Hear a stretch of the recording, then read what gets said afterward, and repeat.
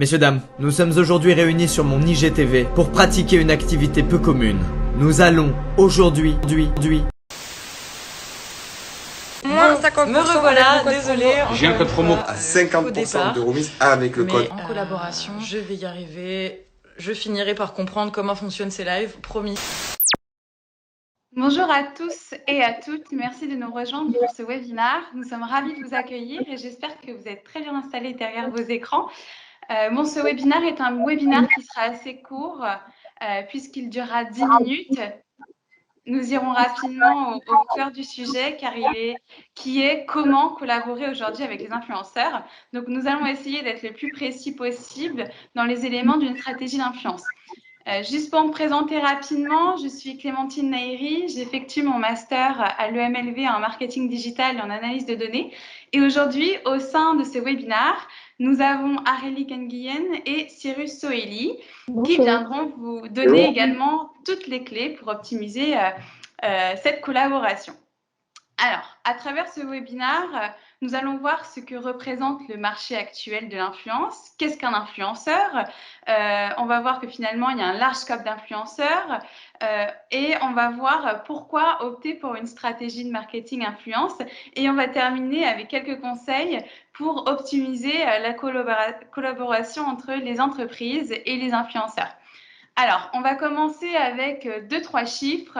Donc, le marché du marketing d'influence est en pleine croissance. On peut le voir entre 2016 et 2019, qui a connu une croissance inouïe. Et en 2020 qui a fait grandir le marketing d'influence, où ici, en fait, les micro-influenceurs ont connu un vrai boom, notamment dû à cette crise sanitaire qu'on vit tous.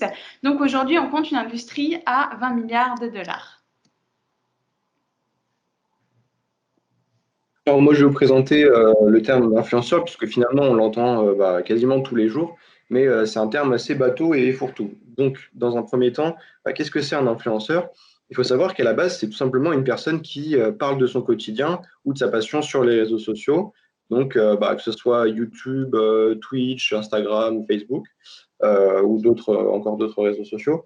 C'est avant tout un relais d'opinion, quelqu'un qui partage sa vie, et donc, grâce à son statut, sa position ou donc son exposition médiatique, devient un vrai relais qui est donc en mesure d'influencer les habitudes de consommation dans un but marketing, dans le cadre du marketing d'influence. Donc, cette personne est un véritable relais par rapport aux marques et c'est pourquoi elles sont sollicitées. Donc, il y a différents types d'influenceurs. Ils sont catégorisés selon leur taille. Donc là, vous avez la liste différents types d'influenceurs selon leur taille. Et en fait, ce qu'il faut savoir de manière générale, c'est qu'en fait, moins il y a d'abonnés, plus le taux d'engagement est élevé. Donc, selon vos stratégies, si vous voulez toucher plus de monde, mais pas forcément avoir un retour sur investissement conséquent, vous pouvez faire appel à des méga influenceurs. Mais si vous voulez faire appel à des nano-influenceurs, ce sera plutôt pour avoir un message plus proche des abonnés.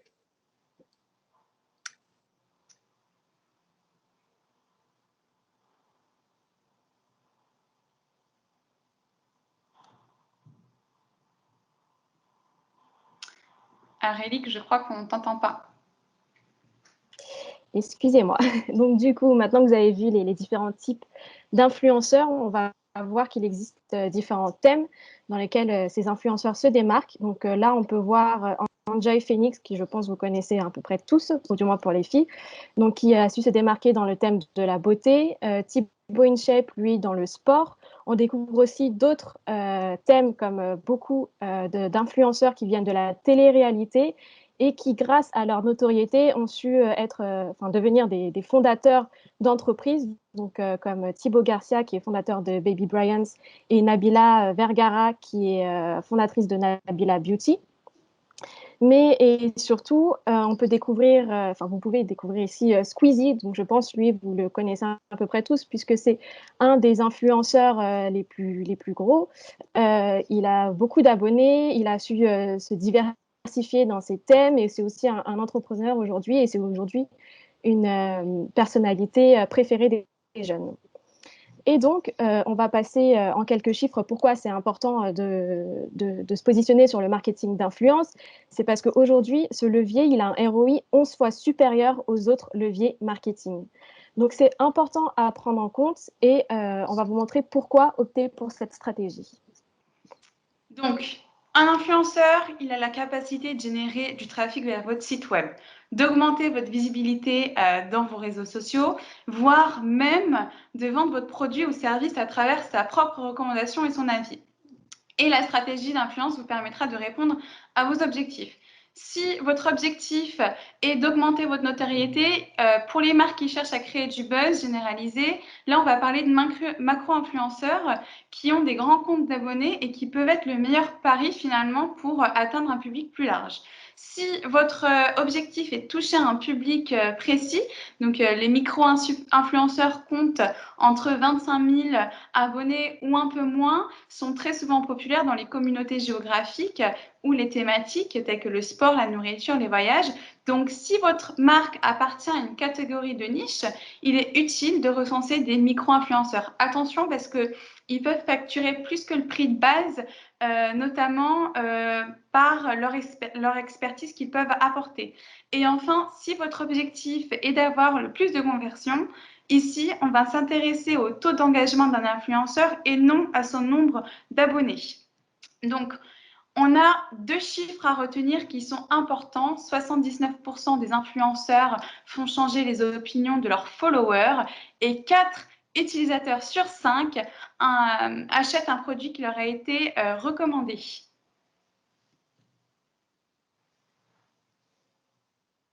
Alors maintenant, au niveau de la collaboration, je vais tout simplement vous expliquer comment faire pour déjà déterminer une stratégie de marketing d'influence et comment la mettre en place de manière très pratique.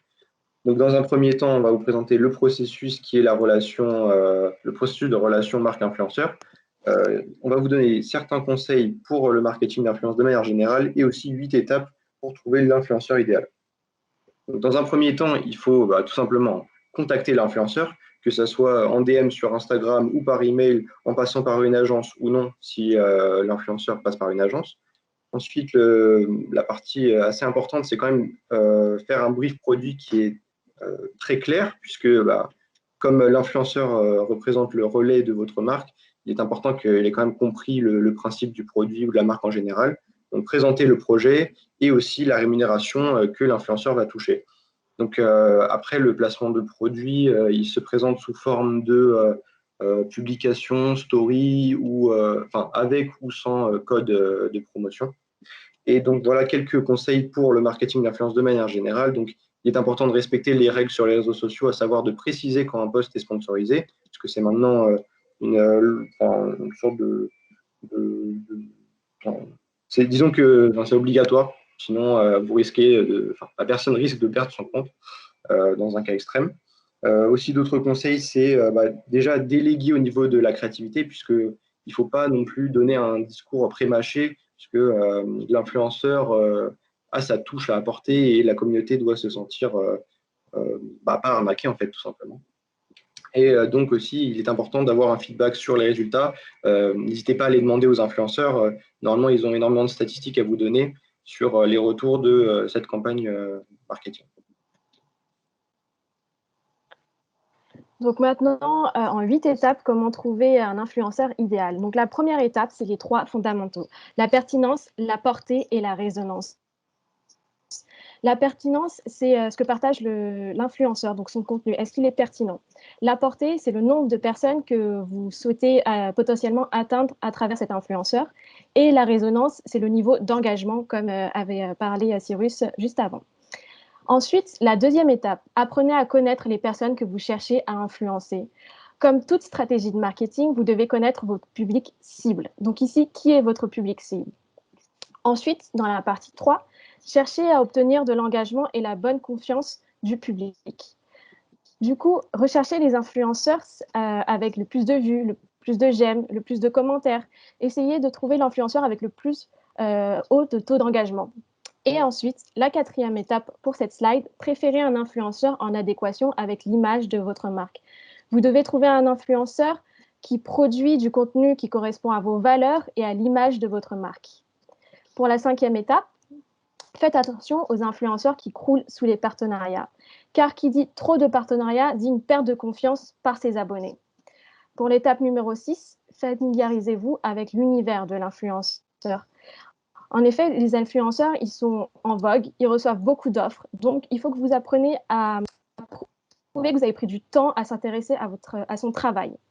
Ensuite, pour les 2 dernières étapes, comme l'a dit Cyrus, il faut planifier votre budget. Donc, vous pouvez demander généralement aux influenceurs, ils disposent d'un dossier de presse décrivant leurs tarifs et les types de partenariats disponibles.